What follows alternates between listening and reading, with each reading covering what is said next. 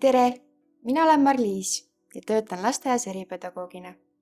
Oleme Lenguga loonud jututäringute mängu, mis on lapsele käepärase suurusega ja arusaadavate piltidega.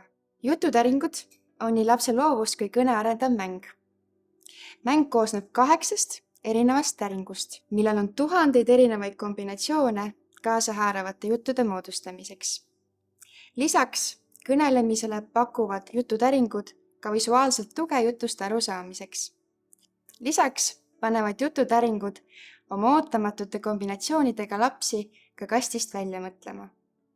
Täringutel on pildid emotsioonidest, loomadest, erinevatest ametitest, transpordivahenditest, ilmastikuoludest, toitudest, erinevatest kohtadest ja lisaks on üks täring täis üllatusi.